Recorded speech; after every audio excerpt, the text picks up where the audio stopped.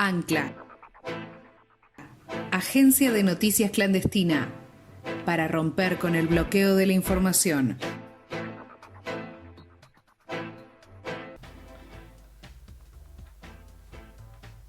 Ella es miembro de número del cuerpo académico del Instituto Nacional de Investigaciones Históricas Juan Manuel de Rosas. Es profesora, directora y vicedirectora de distintas escuelas medias. Está en el aire con nosotros Victoria Camaño. Bienvenida, Victoria, ¿cómo estás? Un gusto, muchas gracias por invitarme nuevamente. No, el gusto es nuestro de que hayas podido estar en esta fecha tan importante. Sí, realmente, gracias. La primera pregunta que nos surge con María Victoria, con Victoria Camaño, vamos a hablar sobre Belgrano. Digo, en un nuevo aniversario de su fallecimiento y de la creación de la bandera. Belgrano, ¿fue un actor político en su comunidad? Sí, uno de los grandes actores políticos, tal vez el más grande. ¿Por qué? Porque él estuvo en la actuación política, lo que hoy diríamos poder ejecutivo, legislativo, desde 1794 como secretario del consulado creado el consulado para como eje del nuevo virreinato, que fue el virreinato del Río de la Plata. Era lo que hoy podríamos decir un ministerio completo de economía, lo que abarcaba toda economía. Y fue quien lideró e ideó lo que después se dio a denominar Revolución de Mayo, y fue quien lleva al resto de las Provincias Unidas la revolución, quien hace las expediciones y quien entra en lo que es el pueblo. ¿Qué es un actor político? Eso es lo que tendríamos que ver, porque ahora es muy común decir soy político, pero Belgrano, que fue un gran humanista de la época, planteaba que un actor político era un ser humano con sus defectos y con sus virtudes, pero ese ser humano debía ser y parecer, o sea, debía tener una ética, porque era un ser público. Yo puedo tener una moral privada, pero la ética es lo público, cómo me comporto. Y según me debo comportar, por eso el parecer, según el cargo que tengo, a mayor cargo, mayor compromiso. Para Belgrano, el actor político, y es lo que nos dejaría pensar hoy, es el ser, el decir y el hacer. ¿Por qué? Porque yo puedo decir lo que voy a hacer y después no cumplir, pero yo me tengo que comportar y ser ejemplo. En todos sus actos hizo eso. La frase que hoy es tan común y cuestionada para unos y de alabanza para otros, la patria es el otro. El autor en estas tierras es Manuel Belgrano, que era lo otro y lo otro. Yo no puedo hacer un nacimiento de patria. ¿Qué es la patria? El lugar donde estoy, qué es lo que quiero, pero para convivir con la otra persona que es distinta a mí, pero me tengo que ver reflejado. No puedo pedirle a la otra persona lo que yo no cumplo. ¿Se comprende la idea? Perfectamente. Entonces, y el ambiente fue el primer ecologista acá en esta tierra. Entonces, pensemos que él tenía una férrea educación cristiana, católica, muy católico, muy devoto de la Virgen. Era miembro de la Asociación de la Inmaculada Concepción y además jesuita, y estudió en Salamanca, en Valladolid. O sea que vino abogado y economista, muy conocedor. Eso es una idea general. Ahora, yo podría, si les parece, o no sé, dar a lo mejor algunos ejemplos, porque el actor político también tiene que tener un plan y tiene que ser carismático, llegar. A ver, Belgrano era una persona muy carismática, sobre todo para el pueblo. ¿Qué es el pueblo? Todas las personas, sin distinción. Él nunca hizo distinción alguna ni de clase. Pensemos que era algo diferente o similar ahora, pero pensemos, fines del siglo XVIII, llega a la ciudad de Buenos Aires, no es la gran ciudad actual, era una aldea con espantosos olores, muy sucia. Eso era Buenos Aires. Y era la base del contrabando. ¿Por qué? Porque entraban barcos, como si se contrabandeaba. Ahí estaba lo que era la llamada oligarquía comercial.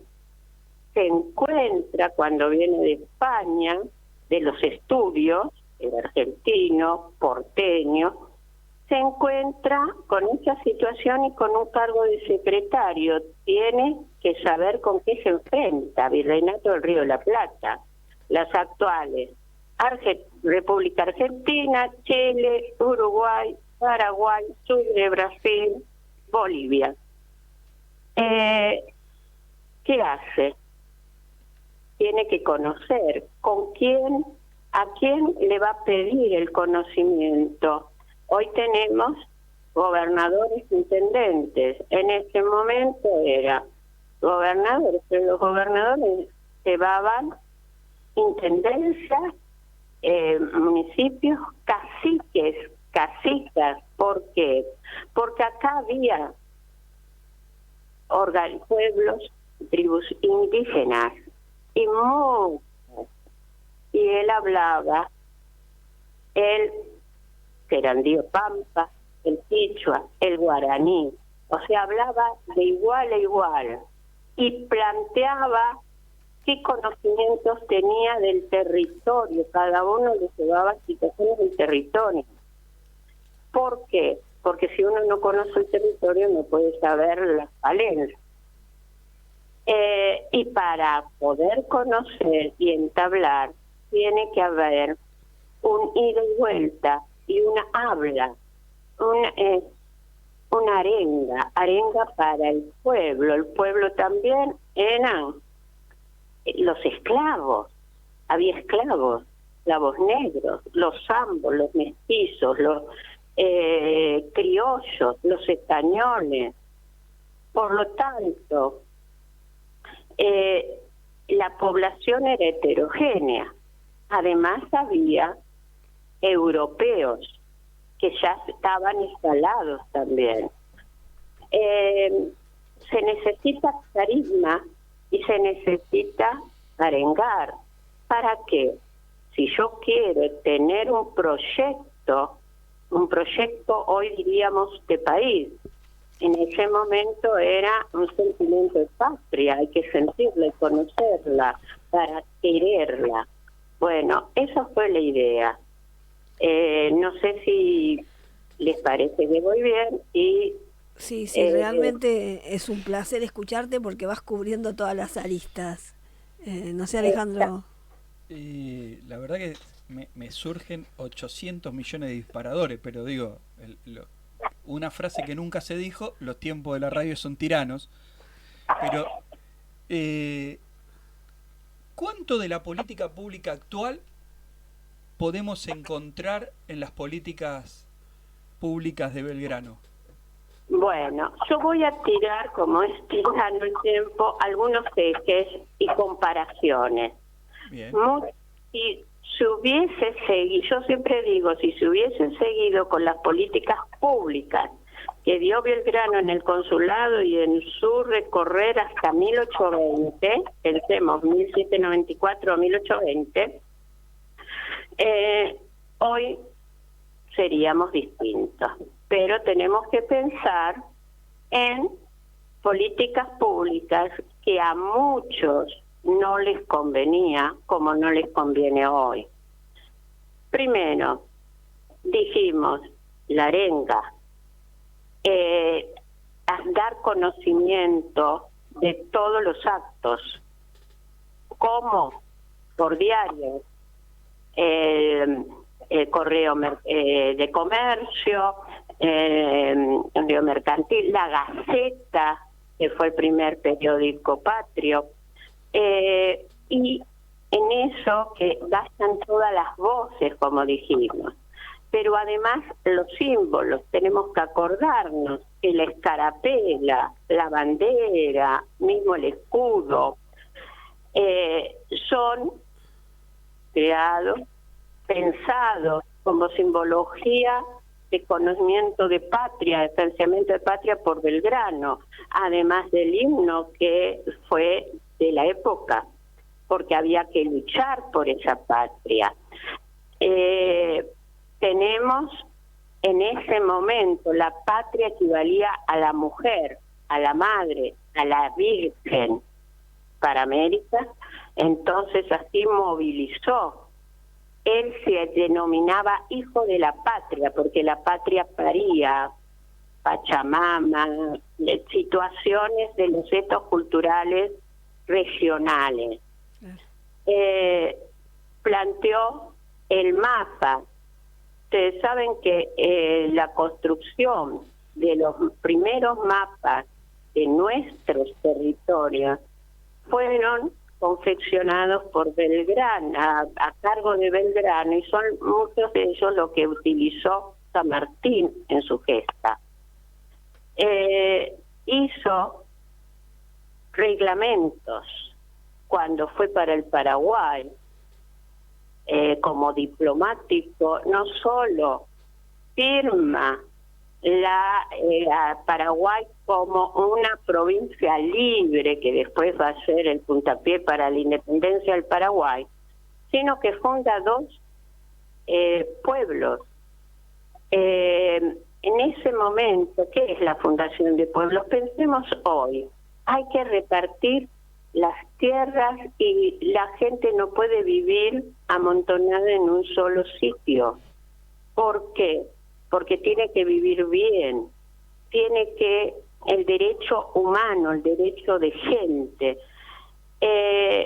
Hoy en día, pensemos en la pandemia, está demostrado eso. Por lo tanto, el hacinamiento, si yo estableciera pueblos, daría trabajo, que ahora es lo que vamos. Cuando uno da trabajo, puede la gente ir a vivir donde hay trabajo, donde hay una empresa.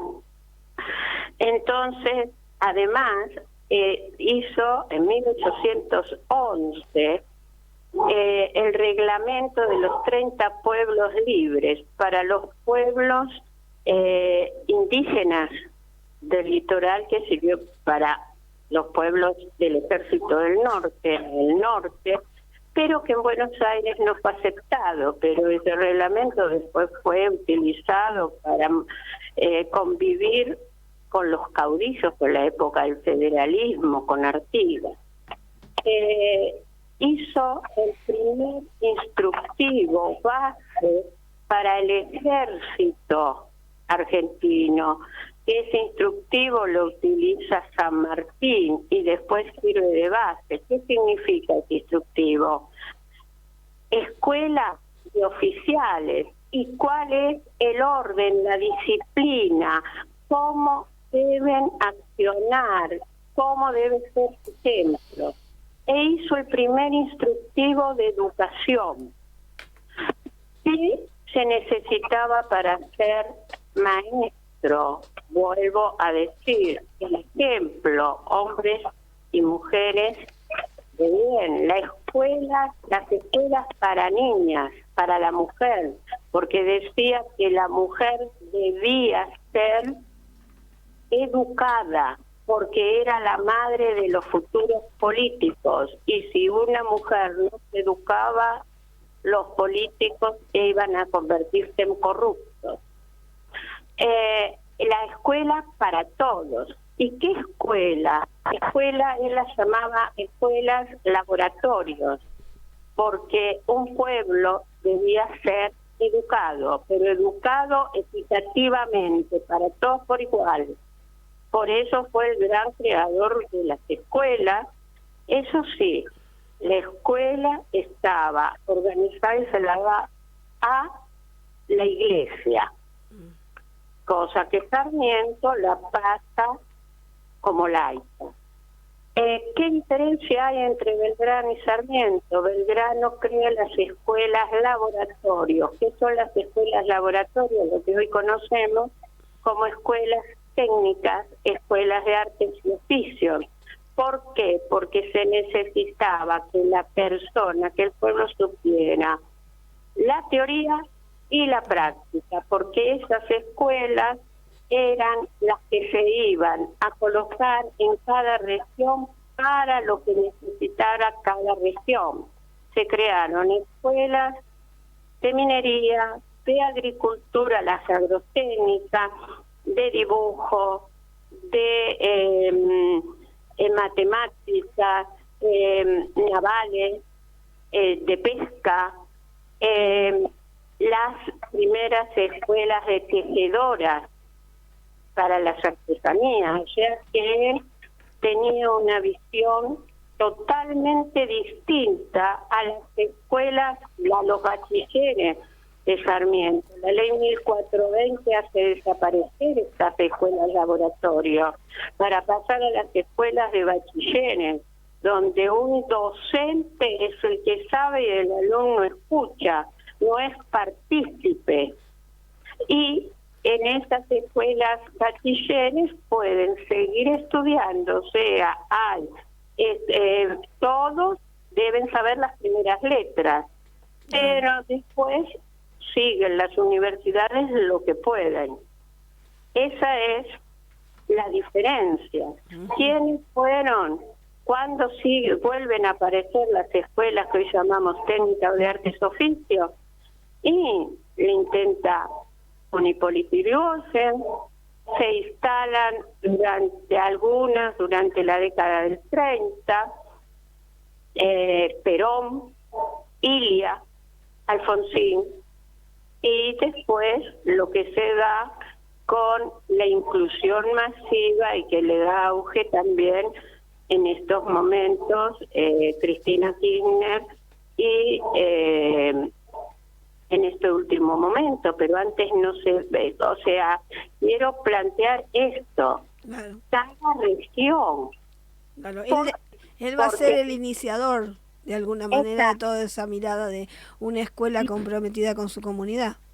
Exactamente, era para la comunidad. ¿Por qué?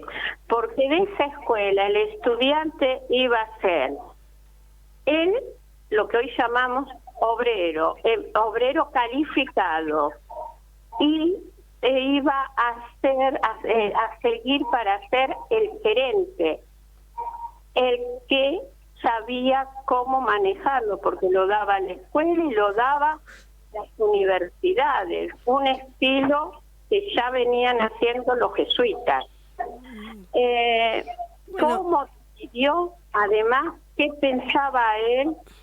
A ver si tengo tiempo, la parte... Como para ir cerrando ya, perdónanos, pero...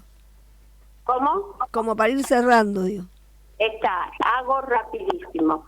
Él pensaba agricultura,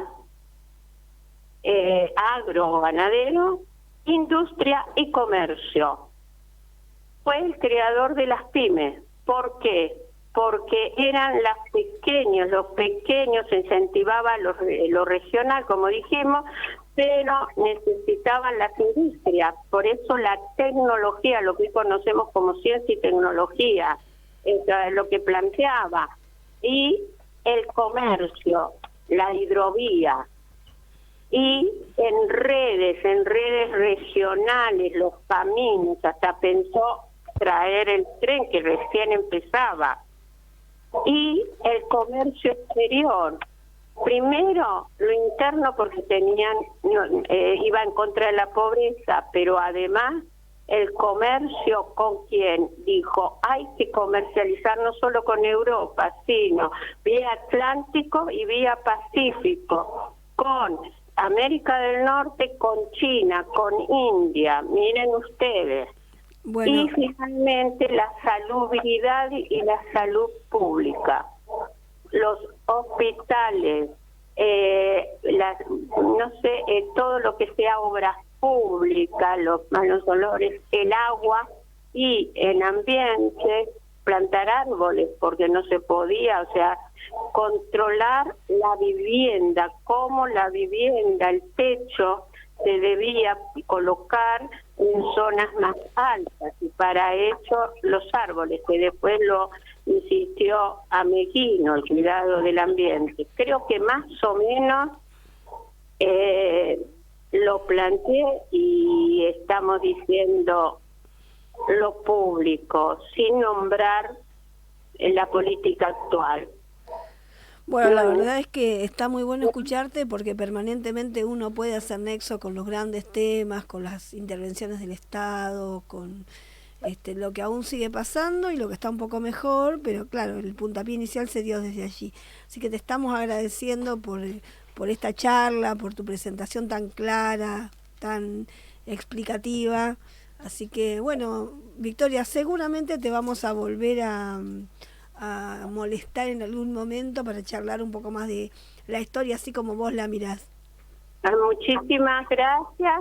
Y un detalle, fue muy cuestionado, y primero, tampoco estaba de acuerdo con que un país debía endeudarse. No es de ahora todas las deudas, ¿eh? No. Sabemos que había una tensión ahí, que él no hubiera permitido que Rivadavia nos metiera algunos empleados. Exactamente. Bueno, un abrazo. Un abrazo, y que tengan buen día, y encantada y un gusto de haber estado con ustedes nuevamente. Bueno. Muchísimas gracias. Hasta luego. Ancla, agencia de noticias clandestina, para romper con el bloqueo de la información.